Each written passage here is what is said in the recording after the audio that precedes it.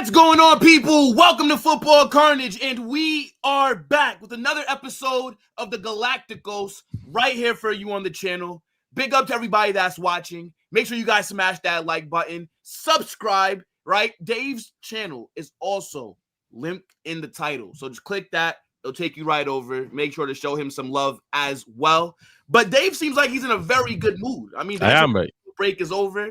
Club football is upon us. Yeah. What's good, bro? How are you, man? Yeah, I'm good, mate. Really good. Just tired of seeing international football drain my life. So we are back into club football, and this weekend we have Sociedad. I am fully excited, bro. I'm fully excited. Next week, the Champions League returns, and we are fully back into the flow. Real Madrid better get these wins, and yeah. All the way in the run up. We will, bro. Don't worry. Look, the good times are going to keep on going, right? Because things were looking up. I think, like we were talking about before, the game against Mallorca, before the break, wasn't the best. Yeah. But we got the 3 points. The players get a little bit of rest. Not everybody went away, all right? Some people did. But the biggest thing that mattered, Dave, is that everybody came back fit. I'm not seeing no injury reports of nobody. So I'm happy with that, right? But look, chat. We got a lot to get into, right? We're going to be talking about Real Madrid once again deciding to not attend the Ballon d'Or ceremony, right? Jude and Camavinga, they may not be available this weekend, but they are back training on the pitch, light training with the team. It's a good update for us. We also got to talk about Konate because those transfer rumors are starting to pick up once again. And then at the end, we're going to talk about the ass whipping that Sociedad are about to receive against the league leaders in Real Madrid. But real quick, before we actually get started, right? I don't want to have to tell you guys to hit that like button. Just get us to 100 likes minimum. Subscribe to Dave, okay? This is the first things that you should be doing when you enter a stream. It's free, okay? This is like you paying your rent. It takes all but 2 seconds. Now, Dave, I've been seeing a lot of talk online about Real Madrid and the Ballon d'Or. Yeah. Now, I've already given my opinion on this topic, but I want to know what you think, because once again, we're being painted as the villains when I don't think Real Madrid are doing anything wrong. Yeah. Look, to boycott the Ballon d'Or, do you know what? I don't really give a toss, mate. Whatever Real Madrid want to do, or what Real Madrid do, or whatever they don't do, if they don't send a representative to the Ballon d'Or ceremony, then okay. I think obviously the Vini not winning the Ballon d'Or the last time round and Rodri winning it really pissed Real Madrid off and pissed off a lot of the representatives that should be attending the Ballon d'Or, and also the players that should be attending the Ballon d'Or as well. Yeah, because we know that no Real Madrid player are winning it. That's simple as. So there is no point in Real Madrid actually attending if they're not going to win anything. But in some parts, I think it maybe is a bit too childish from Real Madrid. I mean, it's the Ballon d'Or ceremony. They should just show respect to any player that wins it. And that's it. It's as simple as. We know that it's going to be probably Dembele or Vitinha or flipping Yamal or whoever's going to be. We know it's going to be one of them lot. So do you know what? Kudos to them. If they win it, they win it. And I think personally that they should at least send 1-2 representatives from the club. I don't think the players should attend. Who cares? At the end of the day, it's just obviously another day out. And that's it for them. They attend the ceremony. They're suited and booted. It's just a whole shit show of different players and like people talking on stage. You know how the UEFA Champions League draw is. You know, we watch 1 hour. Yeah, it's like a drawn out thing. We watch 1 hour of crap before the draw is done, which is done for 15 minutes. Yeah. Yeah. It's the same as the Ballon d'Or ceremony. We watch 2 hours of nothing just for them to announce, okay, this is the Ballon d'Or. Yeah? It doesn't hold any weight anymore. It doesn't hold any weight anymore because Messi and Ronaldo are not the forefront of the Ballon d'Or ceremony. Now, I mean, it definitely still holds weight, 100%. It doesn't hold that much weight. Players want to win it. Like, we all know that it's a popularity contest at the end of the day. But these players do want to win that award. Like, we can't say that because Messi and Ronaldo are no longer in their peak, that the award means nothing, right? Because for a guy like Mbappé, Dembele, Yamal, all love to be announced as the winner. But I'm with you, bro. Like, for me, initially, when the reports came out that we were not going to attend it this year, the second year in a row, I understood why we didn't go last year. When I first saw it, I was thinking, why are we being so childish, right? I was very critical. Because we saw the results of it, innit? We saw the results beforehand. In my opinion, you can't only show up when you win, right? Because then it's like, if you're not going to attend the Ballon d'Or ceremony, then just never go again, not just when you win. And then I remembered what they did during their broadcast. You remember Equip, the official Ballon d'Or broadcast in France. And remember, the Ballon d'Or is a French award. That is the biggest broadcast that they have it's the official partner. It is, yeah. Do you remember how they trolled Vinícius? Do you remember how they had the picture of Yamal carrying Vinny like a baby? How they had a special ed lookalike of Vinícius mocking him? Do you remember that? Yeah. I feel like that's why the club is pissed off. It's not because Vinícius did not win, right? Robberies happen in history of all awards. Robbery happens, right? Like, players that should have won it miss out. There's been times where we've been to the ceremony and a player of ours did not win the award. So that's clearly not the problem. But I think it's the disrespect that they showed the club and that they showed a finalist. Why should we go? Real Madrid are bigger than the Ballon d'Or. They need us to be there. It's not contractually obligated that we show up and support.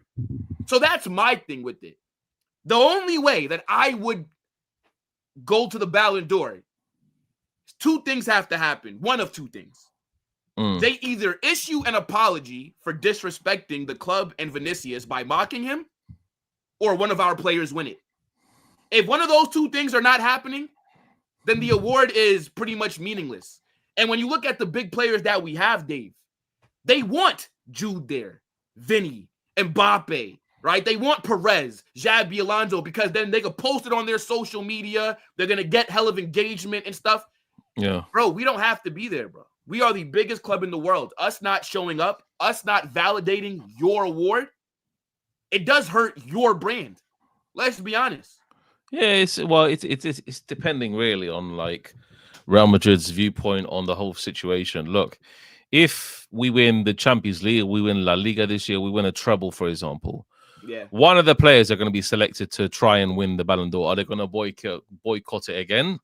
Because the situation is they shouldn't boycott it if that's the case. But they're only boycotting it really because we don't have a chance of winning it. They don't really care. If we had a chance of winning it, they'll be there, mate. But if a player had a chance, they would be there. Because Vinícius didn't win, Dave. I don't understand that. Bro, we've been there when none of our players won the Ballon d'Or.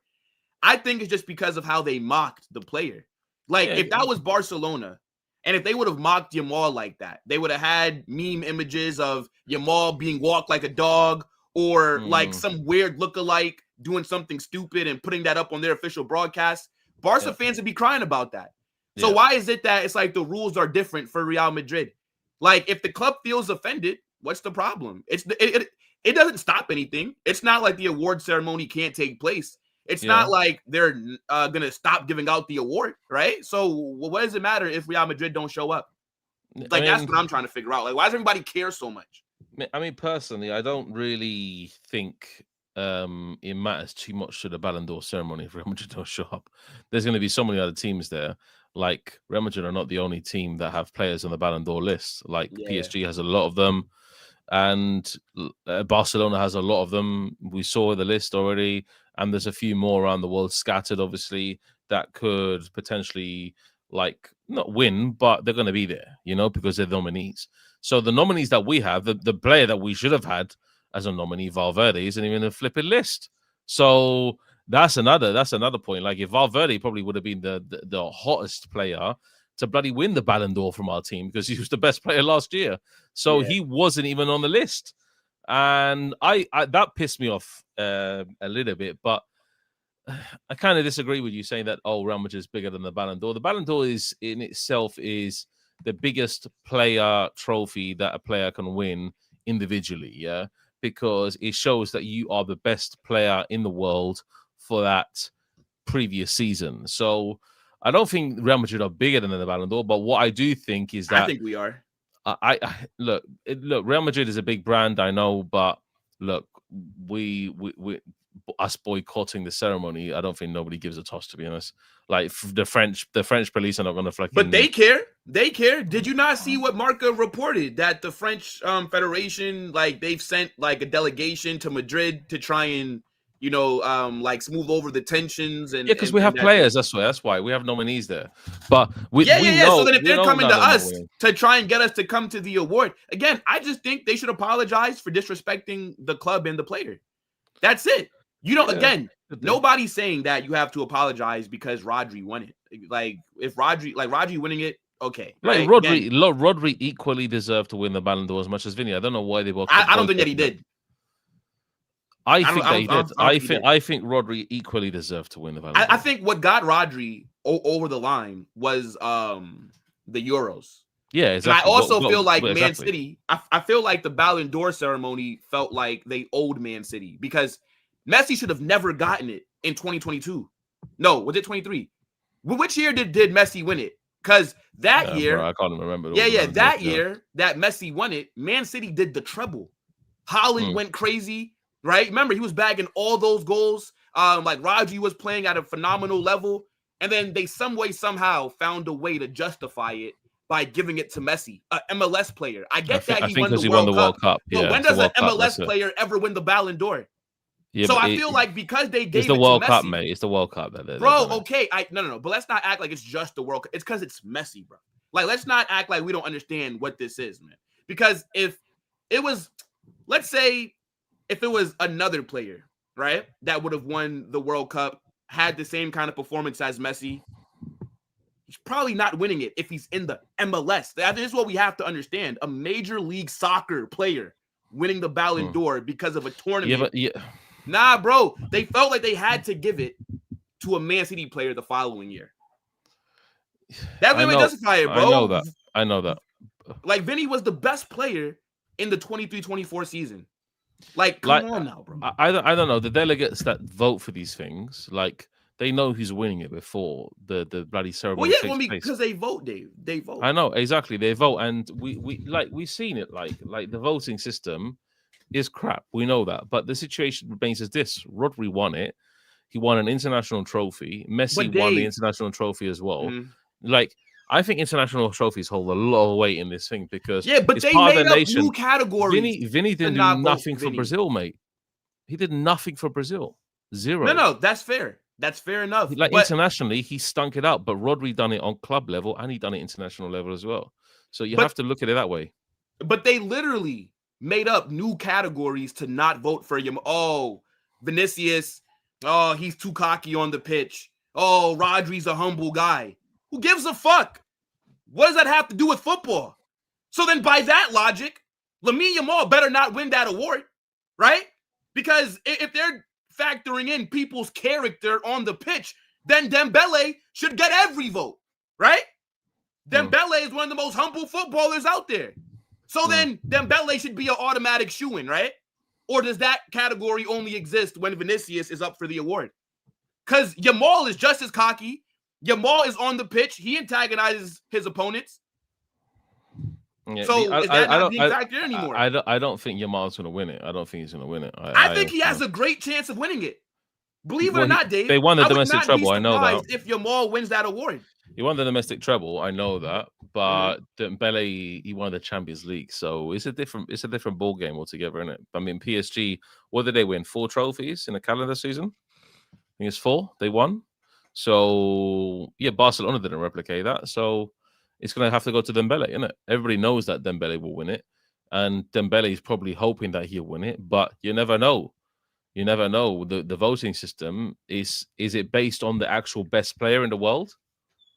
Because the best player in the world, for me personally, is still Lamine Yamal. Why is he the best player in the world? Why does he deserve it over Because Dembele, though? Yamal is the best player. He is the best player. Okay, Like, why? Go ahead, tell me. on the pitch and on a football pitch, Mhm. Yamal is better than Dembele. That is facts. We know that for a fact. Like, Yamal is the most technically gifted footballer. He's the best sound footballer on this planet. That is 100% facts. There's no denying it, and everybody can not deny it. Yeah, because you can say that Doué, he's on the same level. No, Doué is nowhere near Yamal, nowhere near. Yeah, Dembele is a great player, I know that, but Yamal just is. He's the future of this sport. He's the future of the sport. I don't know if we'll give but it this to is him. why I think that you're saying that, because he's the future of this sport. The only thing that Yamal has over Dembele at the moment is his age, right? When we see 18 years old, 17 years old, in terms of for what he's doing, right? Yes, it's not something that we've seen before. So I think because of his age, people just say he's the best player in the world because that's the trajectory that he's going on. But let's be honest, man. The guy scored 9 league goals. 9 league goals. If anything, I'd say that Rafinha has a better argument for Ballon d'Or over Yamal. Rafinha has a good chance of winning. Imagine being Rafinha. You score, what was it, 60 GA or something crazy like that. I mean, I would love to see Coutinho win everything that Yamal did. You scored in all these big games. And then every single one of your teammates is twerking for Yamal to win it. Nobody's even mentioning Rafinha. Let's be honest here. Let's not act like Yamal's age does not play a role in why people speak about him. If Yamal was 26 years old, nobody's saying that he should be winning the Ballon d'Or over Dembele based off of what they both did last season. But because he's 18, that gets factored into like the voting or to and again, I agree. Like, if I could pick one to have at Real Madrid, I'm taking Yamal because he's 18 years old. So his trajectory is a lot higher as well. But he's a better football player than Rafinha. I don't think he did. They did the trouble. The thing that Barcelona fans suck off as the greatest accomplishment ever, PSG have officially entered that record. They don't do that without Dembele. Champions League knockout stages. Who was their best player? Dembele. True that. We know that. Yeah. Cooked against Liverpool. Cooked against Aston Villa. Cooked against Arsenal. And cooked in the final. He didn't bag the brace like Doué did. He didn't score, but I think he got 2 assists. He was crucial with the build-up. He was doing well in that game as well. And then I see people talk about, what happened against Chelsea? Well, why does that matter? Why does that matter? Because when Dembele was playing in a final, Yamal was at home because he couldn't qualify for the tournament. So how are you going to hold that against Dembele when Yamal couldn't even play in the tournament? I think Dembele should be the winner. But this award has already shown you that the guy who everybody assumes is going to get it doesn't always win. Don't worry, Barcelona have Getafe before that, so it's fine, mate. They can have one eye on the Ballon d'Or ceremony. I don't really care, mate. Real Madrid, they boycotted. They have their eyes locked on La Liga. And that's all I care about, to be honest. That's all I care about, mate. I don't really care about the Ballon d'Or ceremony anymore. I don't really. I don't. So would you be saying that if Mbappé was the favorite? Yeah, if Mbappé was the favorite to win, then so be it. He wins the bloody Ballon d'Or. Does it change the perspective of Real Madrid for the future? It fucking doesn't. So I don't give a shot, mate. I honestly, the Ballon d'Or and these FIFA awards and all that, bro, I can't be arsed, mate. Or the Ballon d'Or, they're gonna do they do that? Do they do the best 11 thing as well? Mm-hmm. I think they do the best 11 thing as well. Like the FIFA awards, the same thing. Like, who cares, man? Who cares? Yeah, but the players care, though, Dave. That's the thing. The players care. Yeah. So if you were a player, you wouldn't care about winning the Ballon d'Or. Oh, I would care. If I was one of the best players in the world, I'll be going for the Ballon d'Or every year. Yeah, but the situation remains as this: is that Real Madrid, as long as they keep the eyes locked on La Liga and they don't keep their eyes locked on the Ballon d'Or, that's fine. I don't really care. I know that Jude Bellingham, Vinny, and Mbappé are in the list. Bro, they're not going to win it. So that is it. It's finished. Like, Mbappé, I don't even know, mate. Like, there could be some absolute fuckeries, mate, going on here, mate. And Mbappé would just win it out of the blue. But I don't think he would, mate. That would be wild. The Pichichi alone won't win him the none of our players. Ballon d'Or. So I mean, well, based off last season, none of our players deserve the award. So yeah, no, like I don't expect any of our players to even finish shit. Not even the top 10. That's a good point as well. When Dino won it, he didn't even score that many league goals. That's actually a very good point. Say it again. When Ronaldinho won it in the mid noughties. Yeah. He didn't score that many goals that season, but he was one of the most influential players in Barcelona. So the amount is Barca win that season. I wasn't watching 2005, 2006, bro. I can't remember. Guys, check it out for us. Surely Barca had a phenomenal year that season. No, but 2005, they won the Champions League in 2006 because I remember they beat Arsenal in the final. Did they win the Champions League that year? No, they didn't. No, they won it in 2006, the Champions League. They beat Arsenal in the final. But then by that time, he already won the award. Yeah, but he already won the award before. Okay. Barca won the domestic treble, and they got to UCL semi-final. Okay. And what? Similar. Did another team that year win the treble? I don't know. You sure? Let me see that, bro. Because I mean, look, fact check it. I have no idea, bro. Like I wasn't watching ball back in 05, 06, so I have to just take y'all word for it, and then do some research later, bro. Wait, when did Ronaldinho,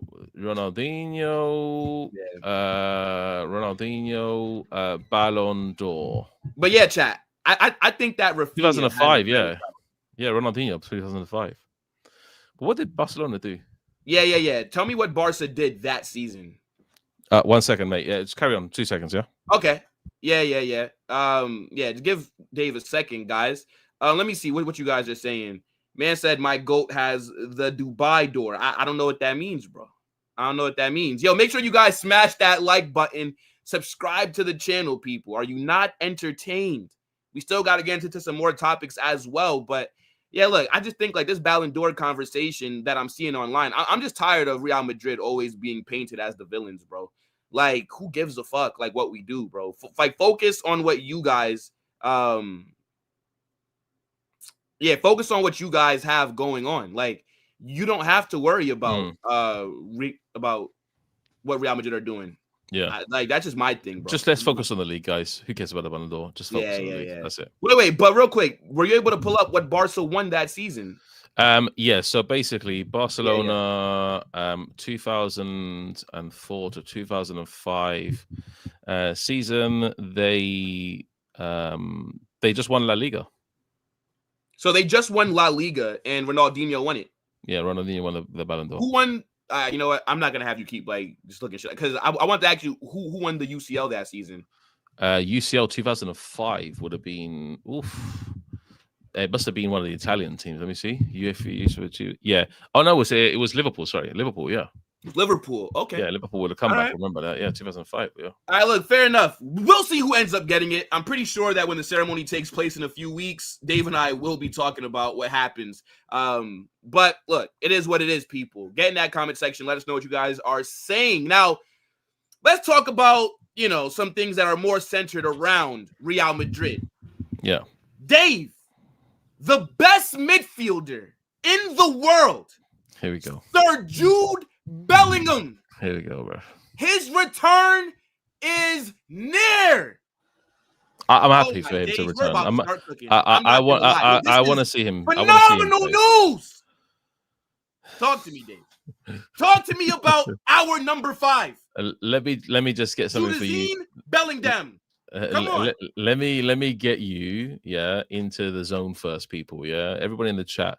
The reason why he said that is because me, Carnage, and Football Matrix, we had this little debate, and I said that Jude Bellingham wasn't even in the top 10 midfielders in the world. Yeah, so that's why he came up there and said, "Oh, that he's not the best midfielder in the world." Okay, he's great. Best.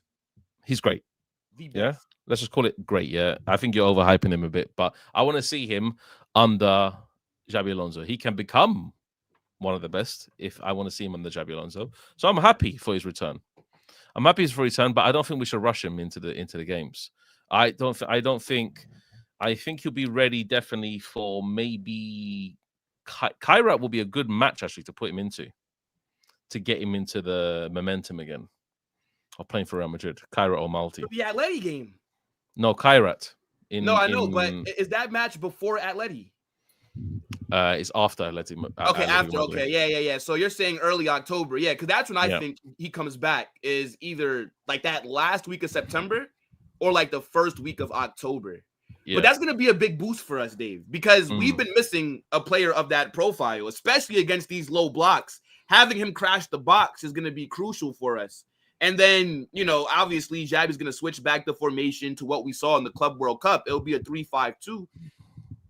And I think we're going to look better when he does come back, bro. But do you think the club are rushing him back? Because I don't think so. They're not rushing him back, but I think we need that strength in midfield now to really make an impact going into the Champions League now, because the heat of the Champions League is really the middle. Like Marseille and Juve and Cairo Almaty, not really. When we get him proper into form and start playing Man Cities and Liverpools, that's what we need him. We need him for those big games. I definitely assume that that's what Xabi Alonso wants to do. And I want to see how Jude actually plays under Xabi Alonso without his problems. He's still going to have a little bit of, I think, problems essentially with his shoulder, but I don't think it's going to be as drastic. So apparently in training, I've heard from sources that he's looking good. So hopefully he can come in and really be like that solid midfield player that we need. Next to Valverde and next to Arda Güler, and maybe we see that three at the back again, or we see Arda Güler floating out onto the right. So who knows? Who knows? I want to see. How do you think he's going to use Jude though? Like I view in the three. That's in the what midfield. he is. He's an 8. Three in the midfield. Yeah, I see Tchouaméni fitting into the back line, and then going into a diamond when we go in attack mode. I think that's what's going to happen, and Arda Güler is going to keep in position. So we just need to see what happens there, mate. Xabi Alonso, I don't know what he's going to do, but he now has squad depth to do that. And if Camavinga comes back as well, then our midfield is stacked enough to really go deep into the competitions. Like against Kairat or Malti, if we see Camavinga and Jude next to each other, I'll be happy. You understand? That kind of match. So if we can see that and then play against a lesser side, I know there's respect to Cairo or Maldi, but I think we should brush them aside. And like Jude and Camavinga next to each other will be good for this kind of match. Yeah, I mean, we should slap Cairo. I think, bro, it's like we talked about heading into that. Heading into El Clasico, we should be maybe only having like one loss. And I'm talking about in all comps. Now that I'm actually thinking about it. Like, I'm not really seeing too many hurdles right now that worry me, aside from like Atleti, for example. And I know it doesn't always work like that, but having Jude come back soon and Camavinga, who's more than likely going to be fit for the game against Marseille, that's a big boost. And I think Camavinga, this is a make or break season for him, right? I think Camavinga's been here, 4 or 5 years now? He's still not been able to cement his spot into the 11. And he's been battling injuries, right? And I think last season he was shit. I think if Camavinga does not perform this season, gone. I think he's gone next summer, bro. And I don't want him to leave because we all know the talent that this guy has. Yeah, he's very talented. But super talented. It gets to a point where I'm thinking to myself, maybe he does say, you know what, it's not working that much. On his best game, he's one of the best midfielders in the world. He's a phenomenal bro. Camavinga, to me, I view him as more of an 8 than a 6. He can run the 6, right? Because he is very good defensively. But I think he's too talented on the ball to have him play that role that Tchouaméni does, right? Like Tchouaméni is more of that physical destroyer. Camavinga, right, is a very silky player. He can do the defensive work, but on the ball is where I think he stands out. I think he's one of the best ball progressors in our team in Europe. Like the guy just glides. He can pick it up and just carry it, right? I think his passing is also decent. He also is a bit versatile, right? Can play as a 6. I'm gonna be back. I'll be back in 2 seconds, guys. Yeah, I'll be back in 2 seconds, guys. Yeah, no problem, no problem. Yeah, but when I view Camavinga, I see him as a player that if this guy can stay fit, he should have been the one that benefited the most from Jude being out. But because he's always battling injuries nowadays, the guy is just not reliable like that. And it's like I said, last season, he was awful. Like there were times when Camavinga was fit And I did not want him to play because of the mistakes that he was making, right? This guy, costly errors that led to teams getting free kicks, which led to goals, or that gave up penalties, for example, like in the Copa del Rey final. So I do view this as a make or break season for him. But at the same time, I do think that Camavinga, with the, with the skill set that he has, with the way that Xabi Alonso likes to play football, he should thrive. He should. But if he doesn't, I think next summer, maybe he ends up at Man City, one of those kind of teams, right? City, they're going to probably need somebody to come in to take over from Rodri or whatever. But now it's going to be a big season for him. But while we're waiting for Dave, people, I need you guys to run the likes up. Make sure that you guys are subscribed to the channel, right? Subscribe to Dave as well. His title is, well, his channel is in the title. So make sure that you guys hit that. Let me see. What are you guys saying, bro? Big up to my guy, Dali FC, every single time. Yeah, look, bro, I agree. Kama is an 8 that can also play as a 6 and can also do a job at left back. But yeah, I think him as a center mid is a lot better than him as a defensive mid. Big up Barca Volume says Ronaldinho won the Ballon d'Or back in 05 because they weren't stat merchants back then. He was the best player, hands down, scored 2 golazos and got a standing ovation at the Bernabeu. I mean, look, that's great for him, but times have changed, buddy. Times have changed. Stats definitely do matter. I don't think stats are the end-all, be-all, but if you're an attacking player, I definitely think that your GA should be getting factored in when people are having certain conversations, you know? But yeah, I agree. Stats just aren't like the ultimate decision maker on if you're a great player or not. But if you're a forward and if you have fucking 6 goals in all comps, fucking you play 40 games and you have 7 goals and you're a left winger or you're a fucking striker, it's like, bro, then you're clearly not one of the best in the world. That's kind of how I view it. Let me see. Sam, I don't think that Jude's being rushed back. I think Jude is going to be just fine, bro. Remember, they said it's a 3-month injury. Jude has already been out for 2 months. He's out for 2 months already, bro. Let's not forget, he got the surgery mid-July. We're about to be mid-September. I think Jude comes back in about 2-3 weeks. My thing is, I don't want him starting whenever he's fit. I think for about 2 matches or so, Jude needs to come off the bench. This is why I'm hoping that Camavinga can be fit. Because if Camavinga is fit, then we can go back to the 3-5-2 and let Camavinga get some starts underneath his legs, get some minutes. But at the same time, Camavinga cannot just be thrown into the starting 11 either. But I do think he comes back before Jude. So, I mean, look, like we'll see how it ends up working out. Camavinga can play Gravenberch's role at Liverpool. Camavinga is better than Ryan Gravenberch. It's facts. Ryan Gravenberch was a reject up until last season, bro. I'm going to be real. Now, I think Arne Slot has done a great job turning him into a DM because Gravenberch was an 8. That's what he was at Ajax. That's what he was at Bayern. And I think he definitely has found his new position playing a little bit deeper, but nobody thought that was going to work out. I remember last summer, people were saying that Liverpool were crazy for not getting a DM over the line. You guys remember that? That's why they wanted Zubimendi, but then he rejected them. We're back. Big up, Dave. There you go. I mean, but you have like anything else that you want to add, like on this Jude Camavinga point? Jude and Camavinga, I think we need to see how Jude fits in first to the system. I think Camavinga will be very good on the Xabi Alonso. I've got to be honest. I think his style and profile fits it down to a T because of how he operates in the midfield.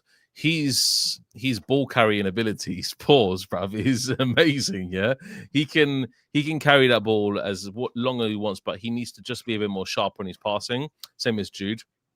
So, because I see Xabi Alonso as a manager that doesn't want he doesn't want the players to hold onto the ball for too long. So Jude and Camavinga, they need to get that out of their system because they love holding the ball, maybe just for an extra step. They need to do that. When they do that and they iron that out of the system, they'll be both phenomenal players under Xabi Alonso. And we have probably one of the most stacked midfields in all of world football. The squad depth that we have is crazy. Yeah, when you act well, if people when can you stay actually fit. deep it, yeah, if people stay fit, absolutely. Yeah. So when you deep it, and did you say Rudiger to start with Sociedad this weekend? We're going to mention it later. So yeah, we'll talk about it later. And maybe we'll just do our own combined. Well, we'll probably just pick 11. We'll pick 11 for that game. Yeah, like we can definitely do that. Mm-hmm. Yeah. I just think he's gonna start Rudiger. I know that Militao started one game, but I think Rudiger started the 2 out of the 3. Yeah. I feel like he does prefer Rudiger at the moment, but I would personally prefer Militao. But then I think Xabi's trying to take it very slow with him because of the injury record over like the last 24 months. Yeah, exactly. And I think Camavinga needs to be taken slow. I'm happy that Militao didn't do any international games at all. Yeah, I'm happy that Vini didn't. I'm happy that a few players did as well. Like Valverde played, Mbappé played, Dean Howson played. But I'm happy that Camavinga, he is a guy that is hopefully, if he stays fit, he can do wonders. And we want Militao started 2 out of 3 games. Did he? No, he didn't. That's incorrect. He didn't start any Brazilian games. Yeah, no. Oh, maybe he's talking about. He's talking about Real Madrid, probably. Oh, okay. Yeah. Oh, wait. So did Militao start 3 games? No, well, 2. 2. He started 2. Rudiger started against Oviedo. Was that the only game that Rudiger started? Yeah, Rudiger started against Oviedo. Yeah. Oh shit. Okay. Yeah. Okay. All right. Yeah. Then Militao's fresh, mate. I don't. Ancelotti's doing the Lord's work, bruv. He's like not picking any Real Madrid players. He's like, okay, cool, bruv. Yeah, Real Madrid players, I saw Barca fans crying that Rafinha had to like play at like fucking 4,000 miles up in the air or some shit. Like I forget like which country it is, like Bolivia or some shit. Bolivia. Yeah, they played Bolivia, Brazil. Yeah, so it was hilarious, mate. It was hilarious, mate. I love it, mate. The things you love to see. W Carlo, man, every single time. Hey, Dave Harrison right here is calling you out. He said, remember Dave said Olmo is better than Jude and put him in the combined 11 ahead of Jude. Would you like to walk back on these comments? Like, do you want to take back the Frankie comments? Maybe I've got a shirt with Olmo with Spain on the back of it. So with why? Spain, because it's Olmo, bro. I love Olmo. Did you love Olmo when he was at Leipzig? Oh, he was sensational at Leipzig. Yeah. Sensational. Yeah, he was really good. I thought he was good at Leipzig, to be fair. He was really good at Leipzig. Very good. Almost one of the most talented attacking midfielders in the world, man. He's so good. But I really like Olmo. Do you take that back? In attacking mid, he's better than Jude, but maybe in the central midfielder, he won't be better than Jude. Okay. No. In central midfielder, he's not. In attacking mid, Olmo is better than Jude, but in central midfield, like no. I don't think anywhere on the pitch Olmo is better than Jude. I'm gonna be honest. I just think Jude is the best, bro. I think Jude is the best overall midfielder. I think he can play in any phase of the game and still perform at a very high level. Like that's how kind of I view it. Maybe you can say that Jude is better Jude is better in the box, definitely. Mm-hmm. Definitely that. Center mid, box to box, definitely better.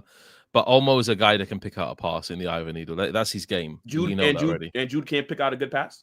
He can, but not as consistent as Olmo. Olmo knows how to do it. Like Olmo's technique is sensational. Like Olmo has a sensational technique. You can't deny that. He's a really good player. No. Like Olmo is good on the ball for sure. Again, I just don't think he's like dribbling wise, incredible. Yeah. I don't think Barca have any midfielder that can talk to Jude. And we don't got to get into from Pedri, maybe. I mean, well, Pedri's the only one that a Barca fan can bring to the table, and it's still not good enough, right? It's still not enough. I don't think Pedri is better than Jude either. I think Jude has come to La Liga, and in 2 seasons, snatched Pedri's shame. I think Jude also, if you want to look at it even before he came to La Liga, guy was the Bundesliga player of the year. But everybody tells you that, he only won it that first season because he played as a striker. Yeah. When he didn't. The guy is, all right, we don't have to get into it because the next, we'll be talking about Jude and Pedri for the next 40 minutes. And then we'll miss out on all the other topics. But now let us know what you guys are saying about Jude coming back, Camavinga coming back. When do you think we will actually see them, right? I don't want to see Jude these next like 3 games. I'm being honest. I don't want to see him against Sociedad. I don't want to see him against Marseille. And I don't even know who we have after that. But I don't want to see him in that game as well. Cairo, I look at it as so it's Real Madrid, Sociedad, nope. Marseille, nope. Espanyol, nope. Levante, no. Atletico Madrid, hell no. I don't want to see Jude there. Yeah. Cairo, Malti, Villarreal will be a great game to start Jude. To start him or for him to be in the squad? No, I probably start against Kairat if he's fit and ready by that time. But against Villarreal, it's a great time to have Jude. Jude is a typical player that we need in that squad against Villarreal because Villarreal play some sensational football, especially in the middle of the park.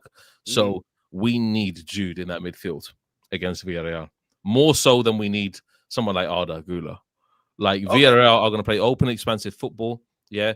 The best. Yeah, bro, they've been cooking so far this season. Yeah, like, what are they sitting like 3rd in the table, bro? Yeah, but I know they drew their last game, but they are playing really good football. We need right in that midfield. We need Bellingham there. That is true. Yeah.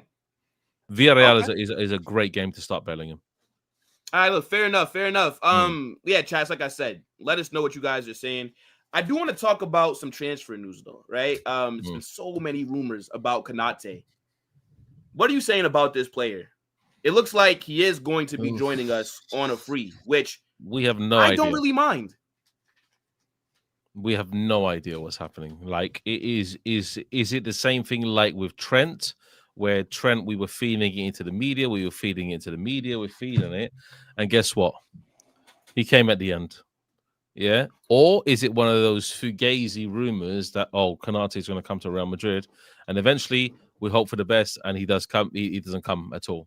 That's it. So I don't know, mate. Konate, look, I would rather go all in for an amazing centre back than Konate, to be honest. Yeah, but if you can get Konate for free, then you can also still go sign somebody like a Sleeper. Because did you see the rumors of Alaba and Rudiger are leaving at the end of this season? Their contracts both expired. Alaba's definitely leaving. Oh no, he's out of here. Bro, do you know how much money we're going to be saving in wages? 37 million. Yeah. That's how much they're getting paid with their yearly salary. 37 million of wages just opens up like that. Yeah. Now, you go sign Konate on a free. My thing is, I don't want Konate to get a ridiculous contract, right? Like, if he will accept a reasonable wage, like Trent did, for example, then of course, how do you say no to this player? I don't know. You still then have the flexibility to go out there and maybe try and sign a Saliba, or if the club like Bastoni, whoever the fuck the club decide. Because next summer, we are going to spend money defensively after Rudiger and Alaba leave. You have to replace that depth. That's true, yeah. So, Konate is a good replacement, and then we have to just recruit another centre-back. That is simple. We just need to recruit a very good centre-back, as well as Konate, if that's the case, and hopefully we will see that. We'll see and then you still have, for example, Asensio. That'll be on the bench, right? You know, we have those kids from the academy like Joan Martinez, Diego Aguado, who people talk about. Maybe they can break through, sparingly get some minutes, but I do expect us to go heavy with defensive reinforcements once again next summer. I'm telling you, I think next summer, and even though, yes, we're talking about Konate, I think next summer is going to be the one where Saliba does come. I don't think he's going to sign a new contract at Arsenal. I don't. It depends on what Arsenal do this season. I honestly think they're going to trophyless again. Yeah, but what trophy? Because I don't think trophyless. Oh, trophyless. I think they're going trophyless again. But I don't think it really matters what they do. I'm gonna be honest. I don't think it fucking matters. Like, what do you think? I mean, it would benefit us if they go trophyless. But does it really matter? Like, what you think? What, like, Saliba would be sitting there thinking, "Oh, fuck it, we won the FA Cup. Yeah, I'm gonna reject Real Madrid." Yeah, I don't think they care, to be honest. But anyway, I think honestly, like, I need to see the rumors penned a bit more. I think with Saliba, Perez is no secret that Perez likes Saliba. I think everybody likes Saliba. And Saliba would be the best defender we can go for If we can't go for him, go for Bastoni or someone like that. Yeah, but look, Bastoni's not leaving. I don't think he is. I think he wants to stay in Italy. So look, Saliba is the guy, mate. Saliba in a Real Madrid kit will look so flipping marvelous, mate. Yeah, nah, that'd be tough, bro. That would be tough. That would be. I it would cannot be lie. Barcelona. That Barcelona will look at us and be saying, "Yeah, we give up already, mate." Now, but you know what it is, bro? I actually have a weird feeling that Barca are gonna make a huge signing next summer. Haaland. That's what they're saying. Haaland. You know, the thing is, he just signed a 9-year deal. I don't know if it could be Haaland, because City are not a selling club. Barcelona are going to have to sell some of their limbs, bro. They're going to have to sell some of their fans' I think limbs more so because for me, Haaland would cost a lot more than Julian Alvarez. For example. Yeah. I think Julian Alvarez, maybe like 100 and like 50. It would be a good buy for Barcelona, and I would see him as a player. Like Atletico Madrid and Barcelona love doing business together. They love it. That's it. Simple as, mate. They love it. So I don't know. Like Griezmann, etc. Yeah, exactly. We'll see, man. We'll see with Barcelona, but I think they will make a huge. And that striker position is. What do you think about Harry Kane possibly? If Harry Kane goes to Barcelona, bro, that would be perfect for them. Do you think so? Yeah, for a couple of years. Yeah, Harry Kane's one of the best, most clinical strikers in the world, mate. Still, he's so good, Harry Kane. Yeah, he's one of the only English players that actually rate, mate.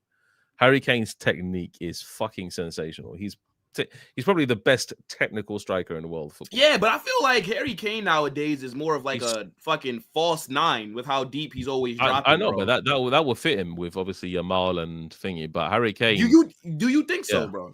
Yeah, Harry Kane's just like at the time, I thought that Harry Kane would have been perfect for Real Madrid when Benzema left. Oh yeah, 100%. Oh my days! If Harry Kane came to Real Madrid at that time that Benzema left, bro, I would have gone crazy, man. I would have been singing Harry Kane's name. Carlo wanted him. Yeah. And then Perez said, "Here's Joselu." Now, it did work out. But initially, it was like, bro. But at the same time, I get it, right? Like, why would we pay $100 million for a guy that's like 31 or something? Like, you know what I'm saying? Like, the club is not going to do that. We barely want to offer contract extensions when people are over fucking like 29. So it's like, I get why we didn't do that. But just kind of going back to Konate, right? I wonder how Liverpool fans are going to talk about this player and how they're going to view him, because we saw how they treated Trent. And I get on Liverpool fans a lot. I think they're an idiotic fan base. I think they're very hypocritical, right? I'm not fans of them at all after what happened this summer. We saw them twerk for Alexander Isak to disrespect his club, to force a move out. How do you think Konate is going to be viewed? Like, honestly, because they said that Madrid tried to sign him in the summer and Liverpool blocked the move. So is Konate going to be considered a snake as well? I'm just curious. It could be because Konate, imagine if you're looking at Real Madrid, you're like, okay, cool. Like Konate, imagine him doing the low-key kind of underplaying, then boom, next summer, Konate, hello, Liverpool, I'm gone, bruv. Yeah, but and I'm moving to Real Madrid. Imagine if a player keeps rejecting contract offers, like the guy only has 1 year left, I'm pretty sure that Liverpool have been trying. We all know when you're an important player at a club, teams don't want you to even get down to 2 years left. They're trying to extend you. So if a player is rejecting contract offers, and if he's running down his deal, he only has a year left, do you need to be told he wants to? Like Dave, and I don't, big up to your fiance, but back when you were single, like we've all dated or we've all been interested in women, right? Yeah. And if you're texting a girl and if she's not answering you back like that, if she's sending one-word answers, she's just being hella dry. Do I need her to tell me that she doesn't want a piece of carnage? No. I just know. She's being dry. I have to text her twice. Like, bro, like you can tell when somebody is interested versus when they're not. You don't have to verbally be told, yeah, I'm not into you. That's how I view it with this kind of situation. Piece of carnage, you know. Yeah, look, mate. It's their loss, bro. You know what I'm saying? It's their loss. Look, now I got a fiance. I'm the best thing since sliced bread. You know what I'm saying? Mm. But no. But it's like the analogy still kind of holds weight. It's like you don't need to be told that a player wants to leave. Their actions are showing you that they want to leave. They should have sold him this summer. Let's be honest. Yeah, true. They could have got 25 million for him. 12 months left. Cut price. It is what it is. That's it. No money, mate. No fees. That's it. Done. Finished. Just wages. That's what I'm saying. Do you feel more confident about that Liverpool game, by the way? I do, actually. I do. Apart from Isak, I don't know what Isak's going to do. I'm just looking forward to seeing Isak play for Liverpool in a way that's very strange as a Real Madrid fan, because I know we're playing them at Anfield, but if he starts cooking at Liverpool, God help us. God help us. Him and Ekitike, are you high? Like, that's mad, bro. Those two, like, I do not want to face that. Are you taking those two over Vinny and Mbappe? Let's say if we could swap them, Vinny and Mbappe for Ekitike and Isak. Who you think is the better attacking duo? I need to see Isak and Ekitike. Nah, don't do that, Dave. Don't do that. I have to see them. First. Nah, don't do that. That's what I'm saying. I have to see them, bruv, because I know Isak, for me, I don't think he's better than Mbappe. In some aspects, he's better than Mbappe. Physicality is better than Mbappe. Heading is better than Mbappe. Like, in terms of bringing players and feeding players into the game, he's better than Mbappe. In terms of his runs that he makes, in terms of the front. I mean, he's more of a natural striker than Mbappe. He is a natural 9. Yeah, yes, he's a natural 9. Mbappe is not. But do you know what, actually? Yeah, do you know what I'm going to give you? Do you know what? Yeah, people slate Ancelotti a lot, and I've slated him last year. I'm going to actually praise him for actually sticking to his guns and just saying, Mbappe, you fucking playing the 9, bruv. It's the only thing I can praise him for. It's the only thing I praise Ancelotti for last season. I only praise Ancelotti for sticking to his guns and just keeping him in the number 9. That's the only thing we can praise Ancelotti for last season. The only thing, guys. I mean, would you agree with me? Because he could have put him out on the left wing when Vinny was stinking out for the bloody whole season. So he could have said that Mbappe play on the left. And then played who up top? Well, fuck knows, bro. That's the crazy thing. So we don't know, bro. That's what I'm saying. I praise him for literally not making him into a number 9, because he's featured there before sometimes. But look, I think Mbappe last season playing there all the time has made him into an actual number 9 proper. I can't think of one thing to give Ancelotti praise for last season. I can't think of... See, 23-24, there's a lot of things I could praise about Ancelotti. Yeah. The diamond formation, playing Jude more advanced, right? Things like that. Ancelotti, praise for that. 24-25, Dave, are you mad? Are you mad? There's not one... It's the only thing I praise him for. But I feel like he stuck to his guns. That's such a given, though. Like, we all knew Mbappe was coming here to play the 9. We didn't need a left winger. Mbappe was never coming here to give Vinny competition on the left. We needed a 9. That's why Mbappe is here. So any manager was going to play him in the 9. So I can't give Carlo credit for that either. Maybe if Carlo would have moved him out to the right, and let's say he brought through Gonzalo Garcia earlier and it worked. Okay, I'd say, you know what? We give him credit for that. Nothing that Carlo did as much as I did last season. Fuck off, bro. Man didn't coach. Bro didn't get the tactics right. It's just individual brilliance. The same 11 every week. Didn't matter the form. No youth players being brought through. Arda Güler being wasted on the bench. Endrick getting microwave minutes. Losing every El Clasico. Losing damn near every big game that we played. Right? Getting slapped by Arsenal. Fuck no, bro. I can't praise Carlo for anything, man. Yeah. I still hold it against bro. Carlo's the reason that I didn't even watch Brazil this international break. I always watch the Brazil games. Well, they lost against Bolivia, Brazil. I mean, to be fair, they already qualified, though. You know what I'm saying? Like they already qualified. They did. I think they played like lost. The B team or something. Yeah, they still lost, but that team should have been them. Come on, let's be honest. Fair enough. Like players like Paqueta, come on, bro. Like it's crazy, man. Brazil's squad is stacked, by the way. Yeah, if Ancelotti wins the World Cup with Brazil, he will be going down in history as the greatest manager of all time. I mean, he's already in that conversation now. He's already in the conversation, but if he wins the World Cup, he is the greatest manager of all time.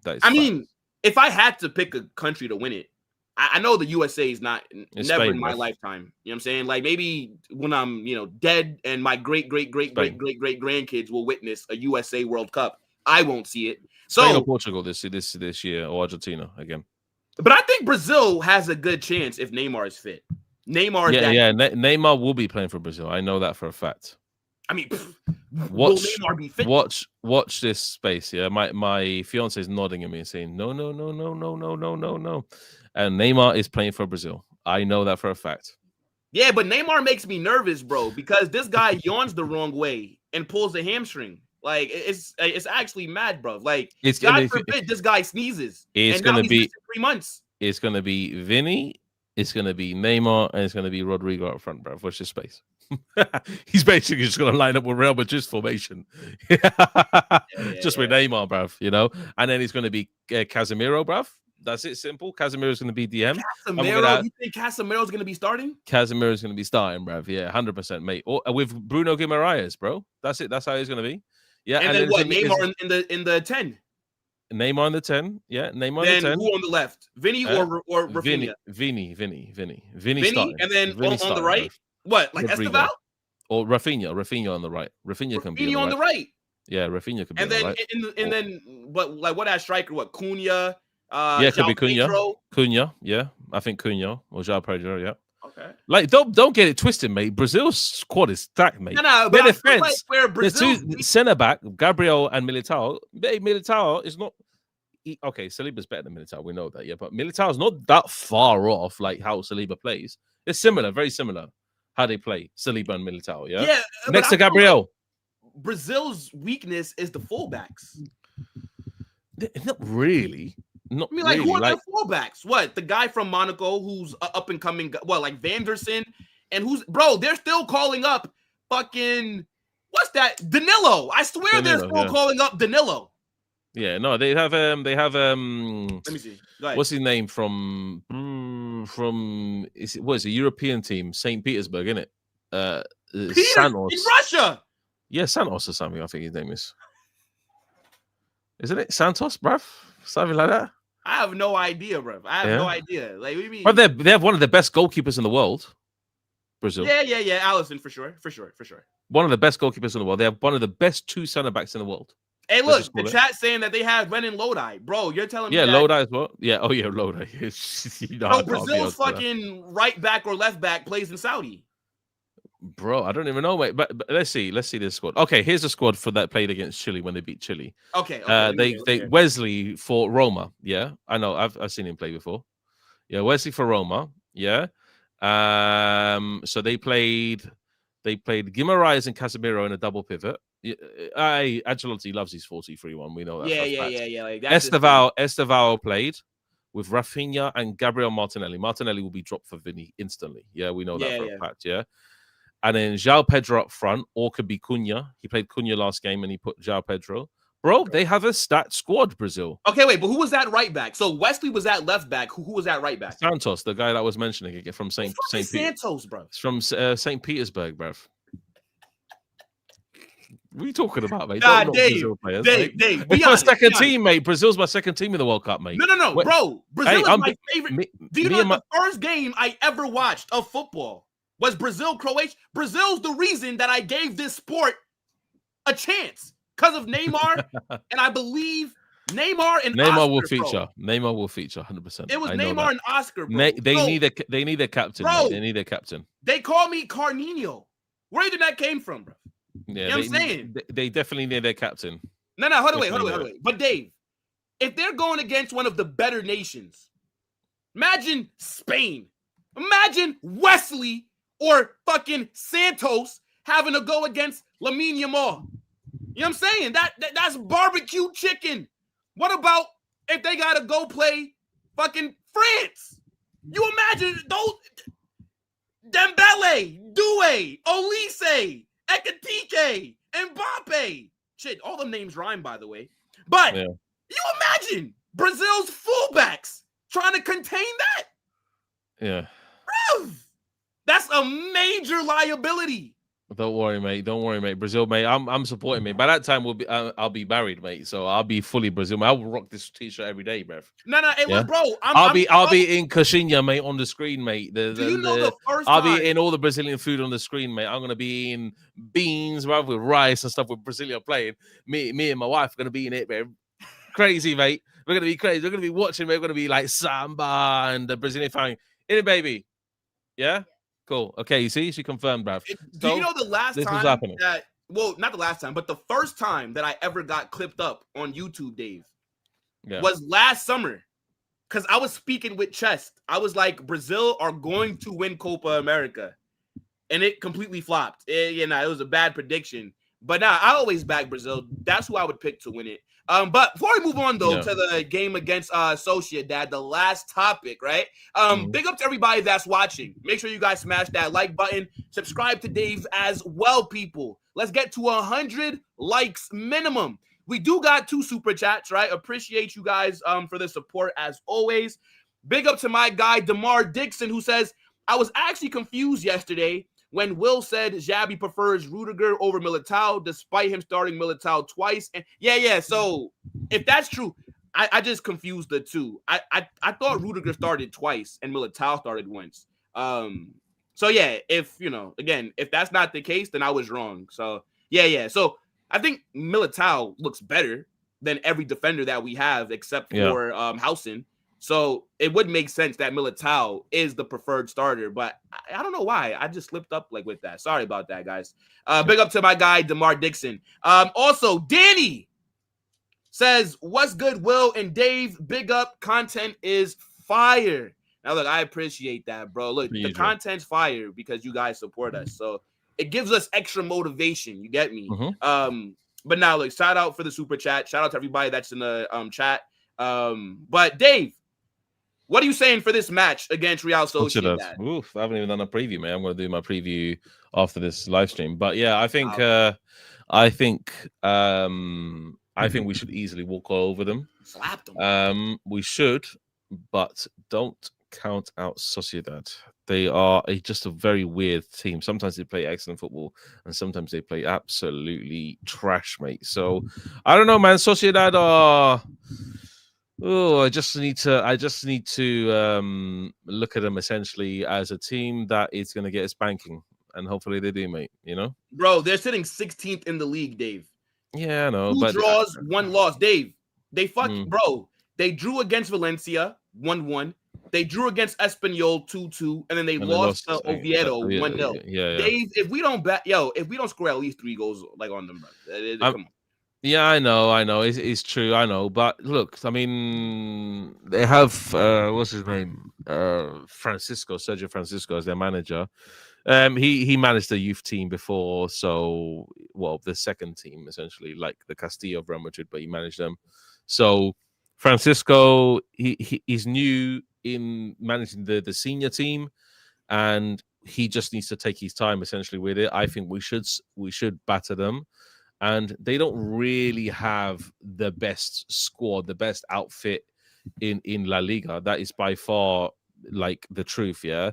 They have obviously Oyarzabal, they have Kubo, Pablo Marin, Barrenechea, a few other players, but it's not really like mind-blowing. They don't have the best squad.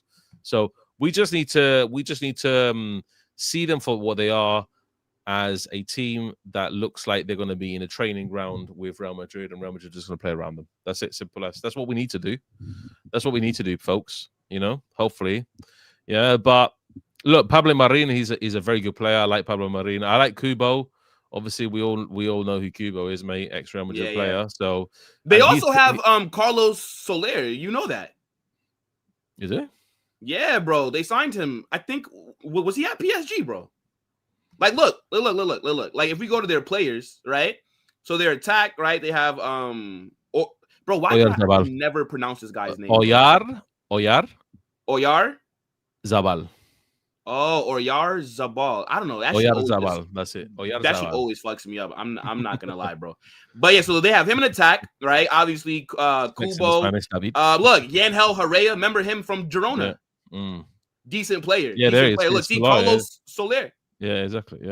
Yeah. But They have good. They They have did lose decent teams. Zubimendi though. Yeah, they did lose Zubimendi, but look, like Marin is a good player. Pablo Marin is a good player. I like Pablo Marin. He's a decent player. Berenshea for the defense and stuff like that. Kubo and Oyarzabal is a very tricky striker. He plays excellent for Spain. Oyarzabal, he's our start striker. He is decent Oyarzabal for Spain. is amazing for Spain. Really good. He scored the winning goal in the flipping Euros, bro. Like people forget, but like Oyarzabal plays really good. He's always in the right positions, and that's why De La Fuente likes him. Yeah, so we can't count him out. When he's 1-on-1, he will score. Yeah, when he's 1-on-1, he will score. So Oyarzabal, we need to watch out for him. And Kubo Carreras is going to have a field day with him. He's just going to body him, bro. Carreras is too big for Kubo. Kubo's too slight. Carreras is big, you know. Yeah, bro. I think he's about like my height. I think he's like 6'1". Yeah, that's pretty tall for a footballer. Like most footballers are not over 6 feet. For a left back, that's very tall. Yeah, so bro, I heard that Correas in person is rapid. Yeah, he's quick. He's very quick. Yeah. It's like I heard that he's like fast as shit. Yeah, exactly. Yeah. So look, we're happy, mate. We're happy. That's it. That's all we can say. And we're gonna have a starting lineup. So I'm gonna say my one. Yeah. All right, wait. Hold on. I'll say my one. He's gonna start up. Okay, cool. Yeah. All right. So what formation do you want to run? We'll do a 4-3-3, the same thing as always. Okay. You're the gaffer here, Dave. You're the gaffer. I am the gaffer for Real Madrid here. Yes. Dave out. Cool. Dave... Okay. All right, so go ahead, bro. Okay, so right back, I would start Trent for this game. I agree. Yeah. They're going to be open. Passing against Mallorca, bro. They're going to be open. They're going to be open. Yeah, Courtois, absolutely. Yeah, yo, bro, his passing that last game again, best player in the opening half hour, Dave. Yeah, absolutely. Yeah. Right back. I would start Militao. At right center back, okay. Mm-hmm. He has to be playing, so we might as well start Militao. Yeah. So far, all right, we're three. Well, I don't know if I put Militao or Rudiger here, but we're 3 for 3 on your match preview. Yeah, Dean Howson. Dean, okay, I agree. Yeah, Dean Howson, okay. Carreras. I do want Fran Garcia to get minutes this game. No. The fact that no, not to start, but the fact that he can get minutes. He can get minutes since the world. Sorry, he can get minutes against Kyra or Malti, man. But bro, you're telling me that this guy's not gonna play until October? What the fuck? Bro, Fran Garcia was one of our best players during the Club World Cup. Again, I do agree. Correa should be starting. But the fact that this guy can't get any minutes is ridiculous. Come on, man. He's not in favor with Alonso. It's known as facts in the news that he's out of favor with Alonso. But what could he have done? He worked in this formation. He worked in the back because remember, on the ball, it's a 4-3-3, but it becomes a 3-4-3. He cooked. Yeah, I guess Fran Garcia cannot get any minutes. We'll see anyway, but he may start this game. Who knows? Okay, but midfield is definitely in the middle. The center defensive midfield is going to be Tchouaméni. I mean, look, bro, this guy is basically baby fucking Pogba. Yeah. Have you seen him lately, bro? Especially, you seen him passes for France. Yeah, no, it's crazy. Oh my days, bro. Yeah, and then we'll put obviously Valverde. Okay. Yeah, and then we'll put Arda Güler. Agreed. Yeah. On the left, Vinny. Okay, so no Rodrigo from you. No, I saw Rodrigo against Mallorca. He's a lazy prick. That's actually surprising me, Dave. I'm gonna be real. I definitely thought that you were gonna go. I saw his attitude, mate. Off screen, mate. I saw his attitude, bruv. He stunk, bruv. The attitude that he had on the pitch was stinky, bruv. No wonder he doesn't get fucking selected. Bruv, I just knew, bruv. I knew as soon as I saw when you see it live in person, guys. Yeah, I'm going to tell you something. Yeah, when you see it live in person, Rodrigo, his attitude, warming up, training, getting on the pitch and standing still like a fucking lemon. I understand why he's not picked. So I'm sorry for all my thing on saying all the videos that I launched about why Rodrigo's not getting picked.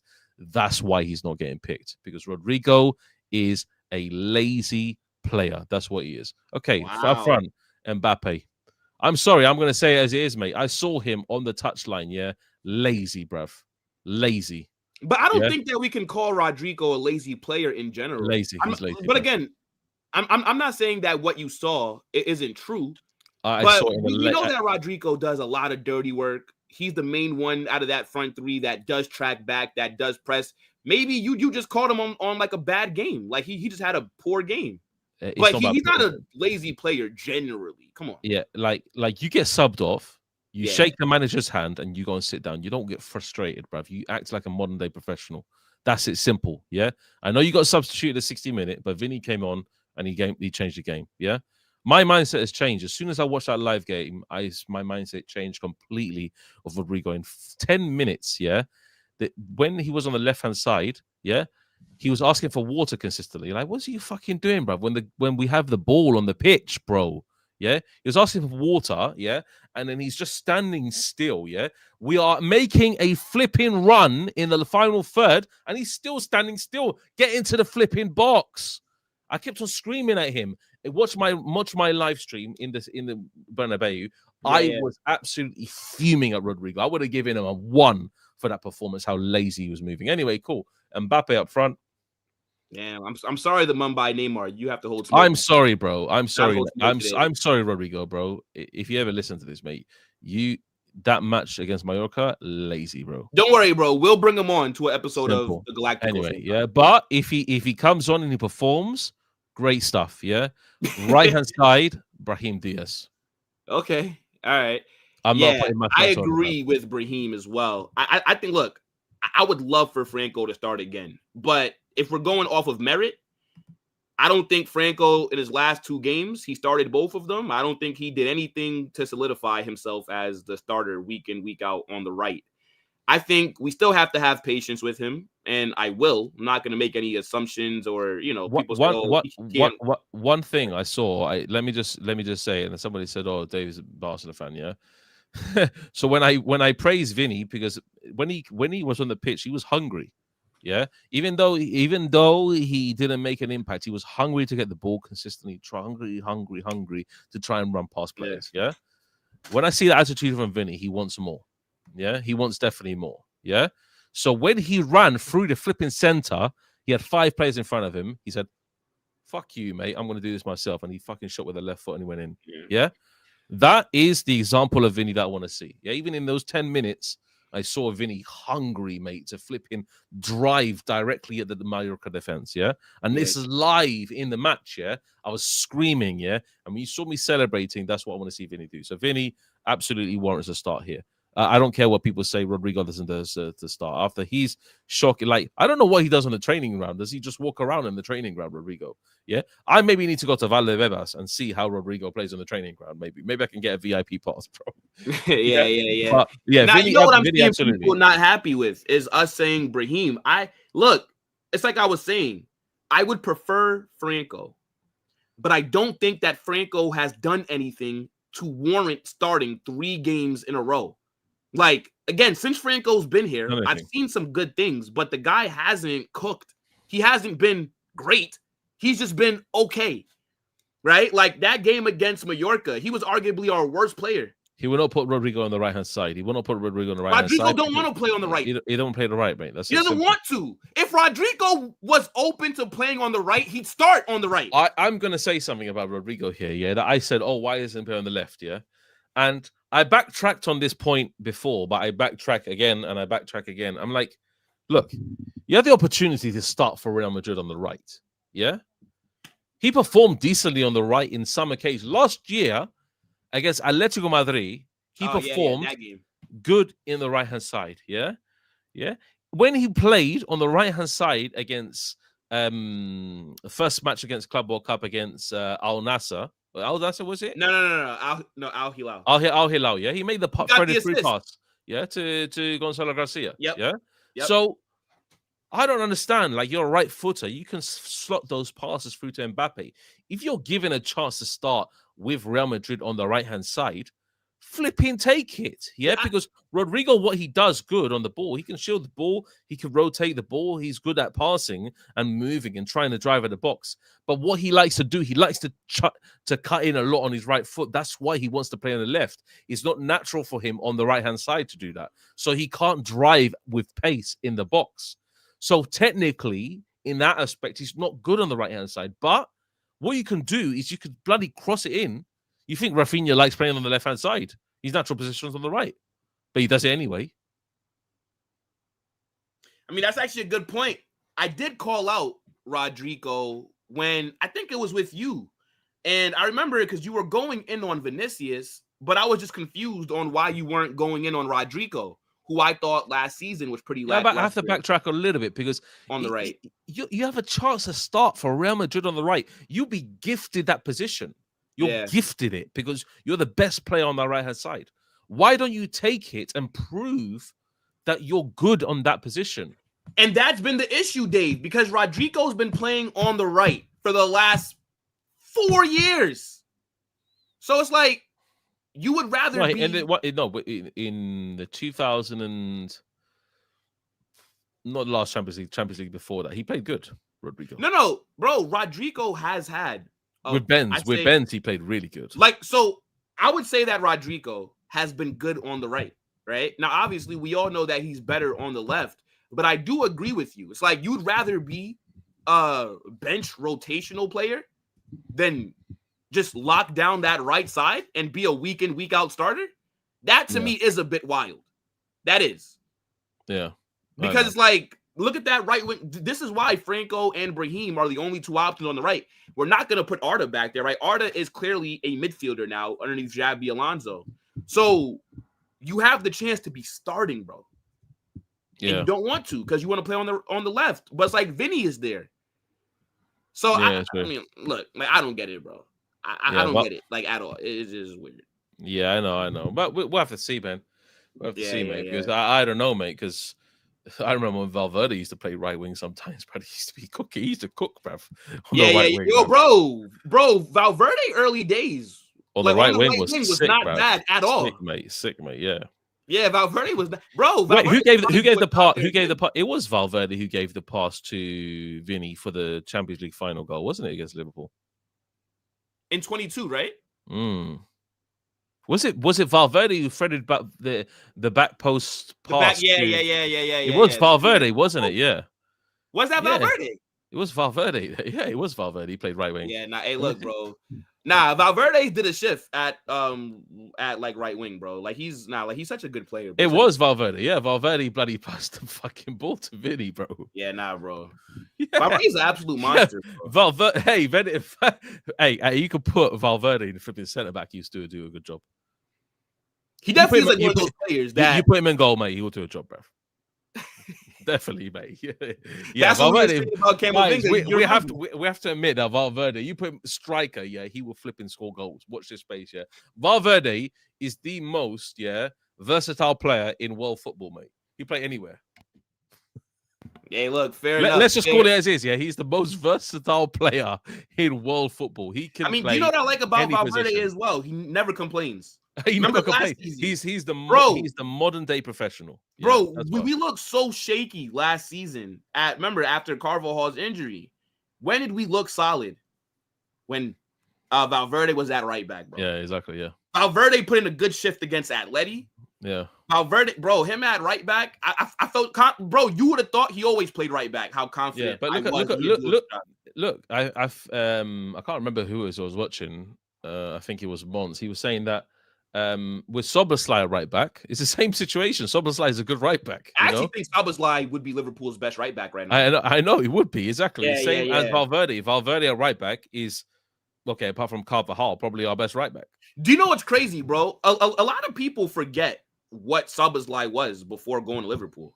Szoboszlai was a very techie player that had a fucking amazing shot on him as well, bro. Yeah. Like Szoboszlai at Salzburg. I remember he was linked to Madrid back in like 2020. I wanted him. And then he ended up going to Leipzig. And I don't remember. I didn't follow him too much at Leipzig, but I remember him at fucking Salzburg. Yo, bro, Dominic Szoboszlai, Oh my God. I thought that guy was phenomenal. Free kicks, fucking amazing crossers, set pieces, fucking had close control, had an amazing shot on him, can link play. He was a 10. And now I feel like at Liverpool, I don't know what the fuck's happened to him. No. But he's more of like a workhorse. Like, it's like he's become like a fucking stamina kind of merchant now. This guy Robert, mate, you need about 100 public lashings for that comment, bro. He said Valverde's better off the ball than on the ball. He's a glorified James Milner. Just don't get me started, bro. Yeah. A glorified James. Have you seen Valverde's passing ability as well? He's good. You're finished. You're finished. Wallahi, you're finished. Wallahi, you're finished. Don't ever disrespect the Uruguayan great. Don't ever, Robert. Come on. What? Hey, that video's classy. Where the hell is that from? Yeah, it's like a meme, bro. I've never seen that meme, man. I need to add that on my screen. You've never seen this? I've never seen the Wallahi, you're finished, bruv. You're finished. You're finished. You're finished. You're finished. Wallahi, you're finished. Wallahi, you're finished. You've never seen that, Dave? A glorified James Milner. Are you like sniffing some crazy shit right now? Because nah, that is a bit mad, bro. This guy, bro, like, mate, some of the passing range that he has is crazy as well, yeah. I remember the back flick that he gave to Jude, mate, in a mix of like 50 million players, mate. It was unbelievable. Like, this guy has vision as well, bro. Yeah. Oh, he's trolling. Okay, cool, bro. Okay. Hey, Robert, you not trolling, bro. You ain't. Hey, look, Dave. This is what Robert said. Yeah. I ain't gonna lie, I'm getting cooked.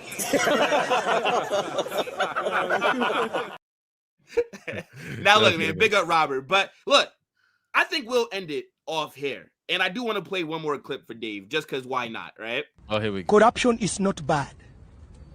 Corruption is only bad if I'm not involved. Yes. But if I'm part of that corruption, I'll defend it. Tell me you've seen that clip, Dave. No, I have not. Oh my, nah. We gotta send Dave some memes. I'm not of the meme generation, bro. Like, we gotta get we gotta get end the stream, Dave, some memes for his streams, bro. By the way, yeah. By the way, guys, yeah. Let me just tell you something, yeah, because obviously we know Chelsea's charges, yeah, and all that stuff. We don't care about Chelsea's Premier League, yeah. Barcelona, that's all we care about, yeah. Barcelona's case, yeah. So when I mentioned in the group chat that Juventus, during obviously when Juventus got relegated, for cheating, they got cheated for cheating. Mm-hmm. They got relegated for cheating. It's not similar. It's not that similar, but it's nigh on similar. Like with Chelsea. With Juventus, Barcelona's case with Juventus, yeah, and Juventus, yeah, Cannavaro. When Cannavaro came to Real Madrid, yeah, Cannavaro. If you know the history books, Cannavaro came to Real Madrid after he got to Juventus, yeah. He won 2 Serie A titles with Juventus, but they both got revoked, yeah. I think it's called the Capelli trial or whatever. Anyway, cool, whatever, yeah, whatever it's called, yeah, exactly. The Calcio, yeah, that one, yeah. Okay, cool. When Juventus got relegated, yeah, they had all their titles revoked, every single one of them. Wait, not just during the period that they cheated in? During the period that they cheated in, essentially. Oh, yeah? Okay, yeah. Okay, wait, so like, what's the correlation that you're trying to make here? So Barcelona, imagine if they get all their titles revoked, bro. Would never happen. Would never happen, bro. Guys, it would be, yeah. Del Piero stayed, I remember, yeah. But I'll be real, Dave. Barcelona Buffon stayed as well. Barcelona are guilty as fuck. I'm gonna be honest, bro. Yeah. Like, they're guilty as fuck. Like, but we gotta be very honest. The Negreira case is lasted for a long time. The how many years it is, yeah, in total is crazy, yeah. It's much deeper than Juventus one. This needs to be investigated fully, yeah. Yeah, but Dave, La Liga cannot afford to punish Barcelona. Yeah, because Serie A had a lot of teams back then. Exact. Serie A has AC Milan, Inter Milan, Napoli. So yeah, if Juve had to get sent down, we all knew they were going to come right back up, but they still had big teams that could hold it down. Same thing with like the Premier League. Let's say like how you brought up Chelsea, right? Let's say if they was like, you know what? Fuck you, Chelsea. You're getting relegated. They still got 5-6 other teams that can hold it down. Yeah. In Spain, if you relegate Barcelona, you've essentially made us Liga 1, the Bundesliga, right? You've made us a non-competitive league in a sense, right? Real Madrid will win every single La Liga title. So we don't need to run YouTube channels anymore. We'll just be like, we'll just be champions. Bruv, we'll be just be champions. So it's unfortunate, but Real Madrid and Barcelona need each other for the competitive nature of La Liga. You take one of us away, it's not La Liga. They cannot afford for Barcelona to not. Do you know how much money that we fucking lose as a league? Yeah. But I do think Barcelona are guilty as fuck. Yes, they are. Yeah, Tebas clarified that if Barcelona were convicted, the club will not face relegation from La Liga. Yeah, that they've already said you that. You can't. Yeah, Tebas already, that prick already confirmed it. Right? But I just find it funny. Again, it's like I said earlier, Dave, Barca fans are the main ones that are always looking at other people, calling out corruption. They're saying Vardrid. They're a bunch of idiots. Literally, your club is in court for corruption. And you're always crying about if other teams are corrupted. Brother, big up to Miguel. Man like Barca Volume. This guy is he in the chat now? No. Well, he was earlier. Barca Volume is my guy. But he lacks self-awareness. This guy, you remember, maybe like a couple weeks ago, he said, I think because like they missed the call. Or no. I think it was after ball day. It was gave him the penalty against Levante. And then man was like, whoa, we don't play by the same rules. Yeah, we don't, because we weren't paying off the head referee. You're absolutely right. It's like they always want to try and lump up everybody else with corruption because what their club were doing. It's like, bro, just own it. Just own it. You're a corrupt club, bro. That's just what it is. Yeah, because because it was payment, so it's a total of 8.8 million or something, 80 million euros. Bro, over 17 years. Yeah, 2001 to 2018. It's fucking crazy. 2001 to 2018. They should get relegated. Exposed.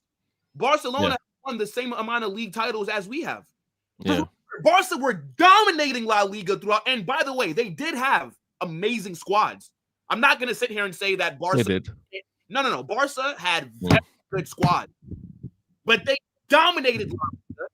They got a lot of favorable calls. Let's be honest. What was that period of damn near like 2 or like a year and a half where they didn't get a penalty called against them? You know what I'm saying? Like, things do look spooky. But at the same time, since they got exposed in 2018, they've not dominated. I wonder why. That's all I'm saying, bro. So maybe it's a coincidence, Dave. I don't know, but we'll see how it goes. I'll just be very shocked. Yeah, Tebas will make sure that will never happen, but they can't. I don't think they'll get punished, mate. Bro. They will just get exposed. That's it. They will just get exposed. But I don't. Yeah, see, thing is, I don't even think they'll get found guilty because you can't have that stain on the league. You can't. You can. Yeah, like every team will be. They will go into every match and getting booed by the fans, the opposition fans. Yeah. But look, it is what it is. Shout out to my guy, End the Stream Dave. We're gonna wrap it up here, right? Great episode of the Galacticos. Club football is back. You're doing a watch along, right? I can't, unfortunately. I'm moving house this weekend, and it will be okay. But the responsible adult activities versus watching Real Madrid. The match is free. The match is 3:15. If I can move house between 2:00 and 2:30, I will be doing the watch along. So I'm playing it by ear, guys. Yeah. If I move house between them, but I don't think moving house is a long time, mate. Yeah, it's a lot. It doesn't take an hour, bruv. Yeah. So I'll be moving a house between 2:00 and 3:00. And then also packing away, putting stuff in. So I will be doing a match reaction, though. Yeah, I will be doing a match reaction. So stay tuned for that, and I will be making a match preview after this video. Yes, people. Dave's link right there in the title. I also will be doing. I already dropped my match preview this morning, so go check mine's out. And then we will be live with this game, Barca hate along on Sunday as well. And on the second channel, the Manchester Derby, we'll do that as well. So it's going to be a great weekend of content. Glad that club football is back. People, this is going to take you guys over to Matrix, right? He's live with Barca Reacts. Let him know Carnage Raid in the chat, people. All right, in a bit. Peace. Adios. A la Madrid.